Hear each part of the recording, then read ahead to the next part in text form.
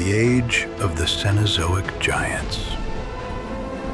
Here at Prehistoric Peak, we journey deep into history to unveil the lives of the most spectacular prehistoric creatures. Prepare for a voyage beyond time.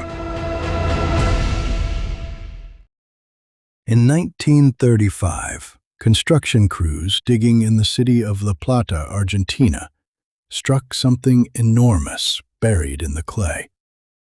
The bones were massive, heavier and thicker than anything the workers recognized, and they were carefully packed off to the local museum, cataloged and shelved.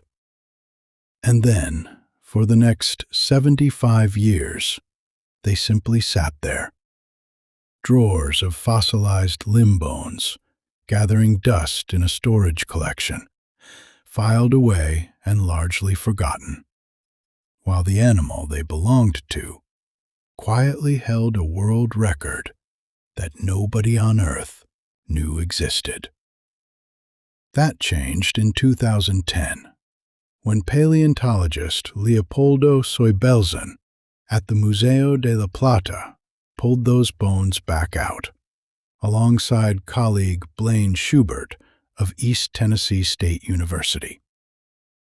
Using a set of regression equations built from 7 separate skeletal measurements, the same forensic approach used to reconstruct body size in every extinct bear species on record, they ran the numbers on this particular skeleton.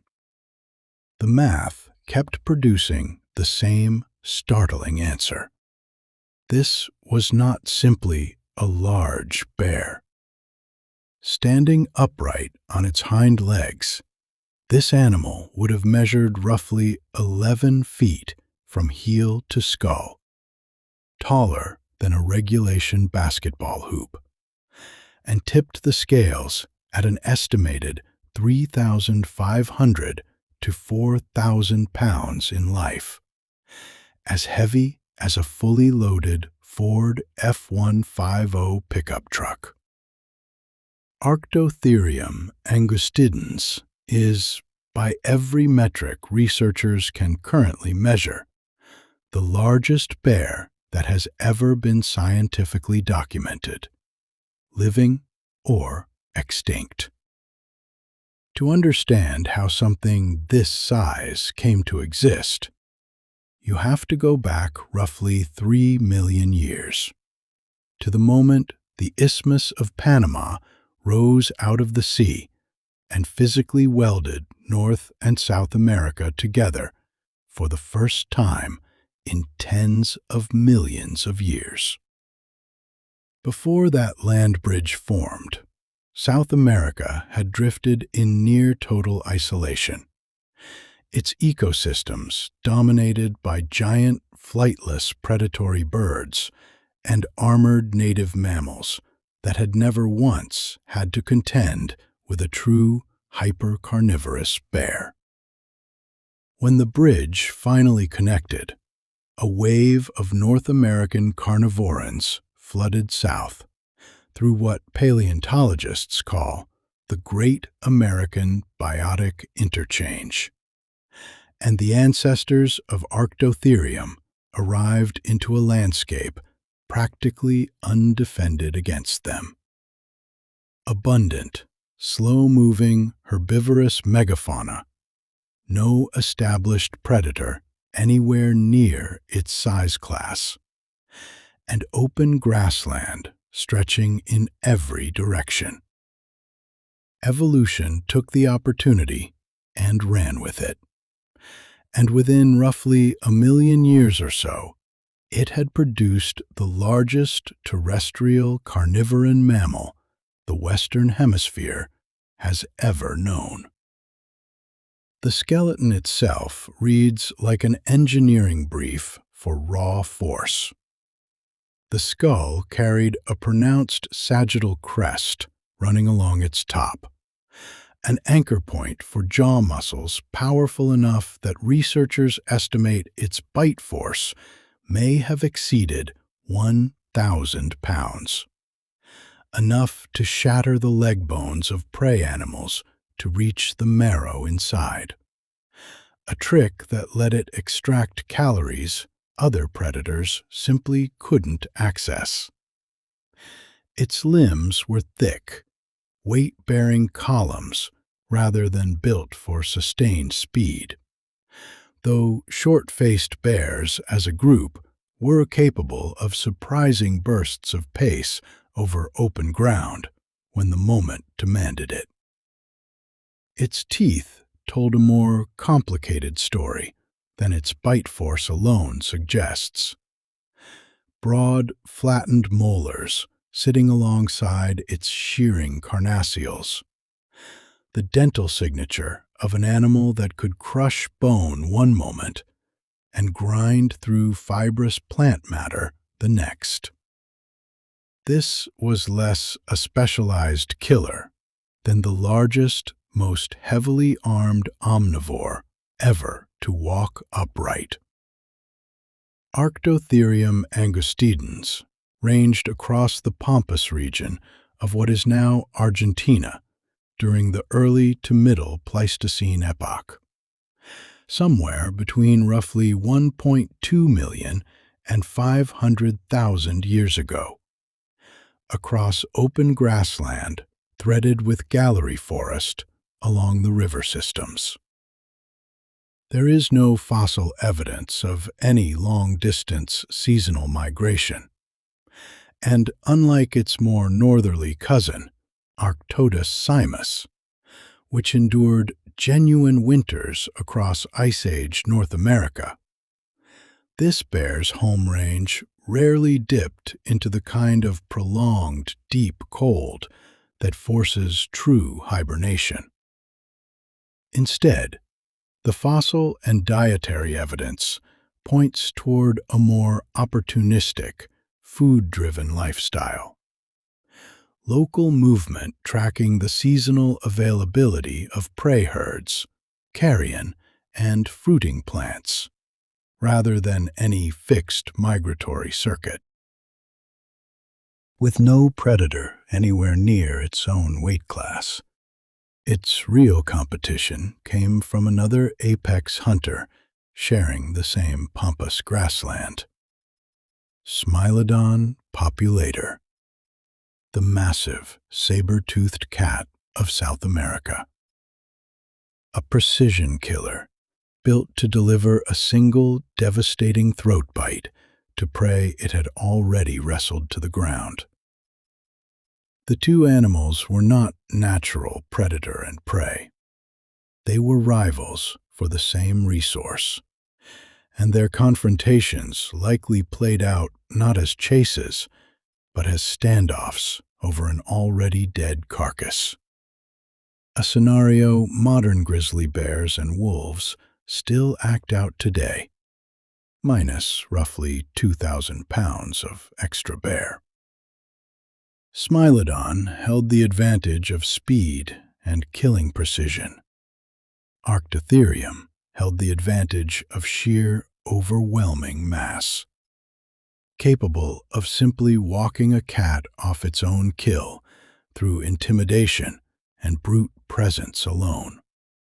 Absorbing retaliatory slashes, its thick hide and bulk could shrug off far better than a smaller animal ever could. It's worth noting that the very specimen recovered in La Plata, a mature male, carried healed fractures on its skeleton, old injuries from some violent encounter earlier in its life that it survived and recovered from. Evidence of a genuinely brutal existence, even for an animal with nothing left to fear. Its lifespan likely mirrored that of other large modern bears, somewhere in the range of 20 to 25 years in the wild for an average individual, though this particular fossil belonged to an animal that had clearly reached an advanced age despite its old wounds. A rare survivor, even within a species that had little left to survive against. There is no chapter here involving early humans crossing paths with Arctotherium angustidens itself. The giant form vanished from the fossil record roughly 500,000 years before the first humans ever set foot in the Americas. But the story doesn't end there, because the genus outlived its own record-holding giant. As the Middle Pleistocene wore on, Earth's climate cycles shifted into a longer, harsher rhythm. A global shift geologists call the mid-Pleistocene transition, when glacial periods stretched out and intensified, and the pampas grew increasingly cool, arid, and unpredictable. At the same time, more carnivorans kept arriving from the north through that same biotic corridor. Early jaguars, pumas, and other competitors chipping away at the advantage of simply being the biggest animal in the room. Under that pressure, Arctotherium's descendants trended dramatically smaller and more flexible in diet over subsequent generations. An almost complete reversal of the arms race that had produced angustidens in the first place.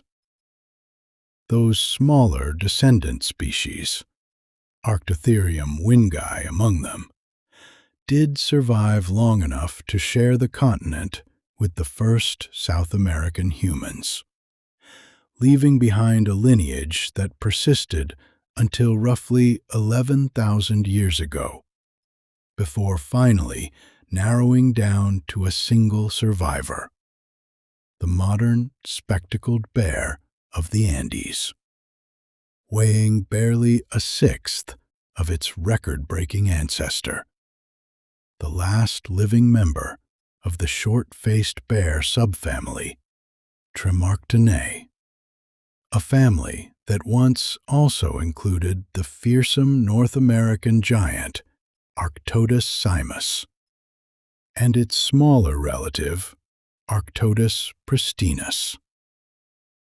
Picture for a moment Arctotherium angustidens loose in modern Argentina. Every ecological assumption the region currently runs on would need rewriting. Jaguars and pumas, currently the Pampas region's largest carnivores, would be relegated to secondary status overnight, likely forced into more marginal territory, or reduced to scavenging around the edges of a competitor roughly 4 times their size.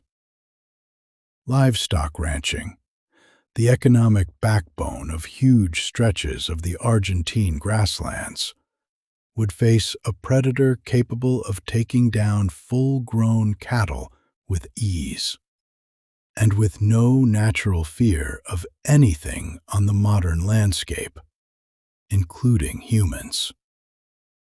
It would functionally reintroduce an apex predator dynamic South America hasn't experienced in 500,000 years. One the region's ecosystem and its people are no longer built to accommodate.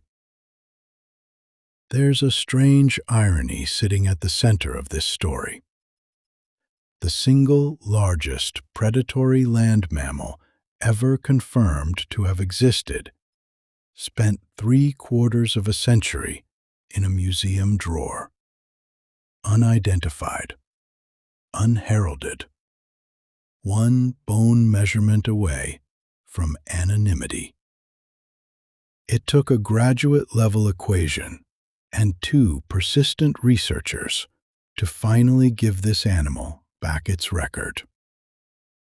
Somewhere in a Buenos Aires collection today, the bones remain, no longer overlooked, finally understood for exactly what they always were.